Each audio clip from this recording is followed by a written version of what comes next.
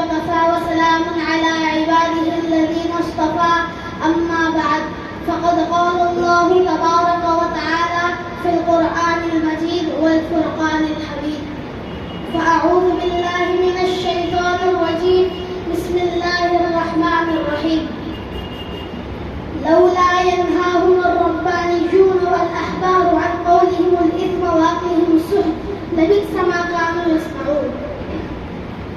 وارثان علوم النبوت علماء اکرام و طلباء عظام، آج کی اس پررونق محفل میں آپ حضرات کے سامنے چند معروضات سخن لے کر حاضر ہوا ہوں، جس کے تحت ایک دن کی کہانی، ایک ہفتے کی داستان، ایک سال کا افسانہ اور ایک صدی کا نشیب و فراز سب کچھ آ جاتا ہے. اگر غور سے دیکھا جائے تو اس میں ہماری شان و شوکت اور ترقی کا راز مضمر ہے. میں نے خطبے میں جن آیت کریمہ کا انتخاب کیا اس میں اللہ رب العزت نے علماء یہود سے کہا کہ ان کے علماء اور پیشوا ان کو برے کاموں سے کیوں نہیں روکتے. سامعین کرام، آج ہماری یہ ذمہ داری بنتی ہے کہ یہ آیت ہمیں درس اور دعوت فکر دیتی ہے کہ اللہ نے ہم پر کتنی بڑی ذمہ داری عائد کی ہے. وہ یہ کہ ہم امت کی اصلاح کی فکر کریں، امت کو راہ راست پر لانے کی فکر کریں، اس لیے کہ نبیوں کا سلسلہ ختم ہو گیا، رسولوں کا سلسلہ ختم ہو گیا، قیامت تک کوئی نبی آنے والا نہیں. تو بتاؤ امت کی اصلاح کی فکر کون کرے گا؟ معاشرے سے فساد کو کون ختم کرے گا؟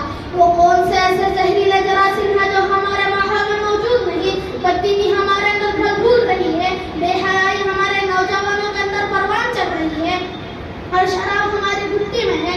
حرام خوری، زناکاری، پیشہ کاری ہماری فطرت ساریہ بن چکی ہے، اور اسراف مسلمانوں کا شیوا بن چکا ہے، اور معاشرے کے فساد کا تسلسل کا یہ عالم کے صدیوں پہلے خواجہ شیرازی نے کہا تھا کہ میں اس زمانے میں یہ شور و شغف کیا دیکھتا ہوں کہ پوری دنیا فتنہ و فساد سے بھر چکی ہے.